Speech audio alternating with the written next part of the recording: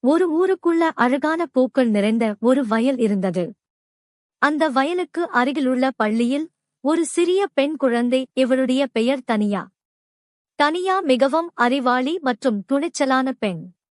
அவளுக்கு கடல், மலை மற்றும் காடுகள் பற்றி எப்போதும் புதிய விஷயங்களை அறிய ஆர்வம் இருந்தது. ஒரு நாள் தனியா தனது நண்பர்களுடன் காட்டுக்குள் விளையாட வந்தபோது அவள் ஒரு பழமையான மரத்தில் ஒரு விசித்திரமான சிறிய கதவைக் கண்டுபிடித்தாள்.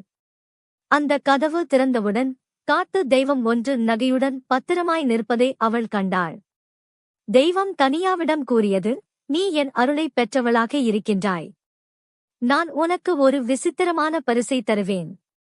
இதை பயன்படுத்தி விசித்திரமான ஒரு உலகத்தை மாற்றலாம்." தனியா காத்திருந்தபோது அந்த தெய்வம் அவளுக்கு ஒரு சிறிய பொக்கிஷம் கொடுத்தது. அது திடீரென பூஜ்யமான மாறுபாட்டை உருவாக்கியது. தனியா அனைவருக்கும் அந்த பெட்டியில் மறைந்த பல கற்பனைச் சிறகுகள் மற்றும் சிறிய உலகங்களை காட்டி கற்பனையை கொண்டாடத் தொடங்கினாள். சிறிது நேரத்தில் அவள் ஊரில் இருந்த பெரிய பச்சை வயல்களின் அழகை மாற்றிக்கொண்டாள். மகிழ்ச்சியான உலகத்தை படைத்தாள்.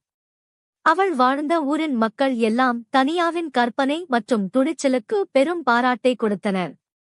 இந்தக் கதை நமக்கு என்ன சொல்லும் என்றால், கற்பனை மற்றும் துணிவு கொண்டபின் நாம் எது வேண்டுமானாலும் சாதிக்க முடியும்.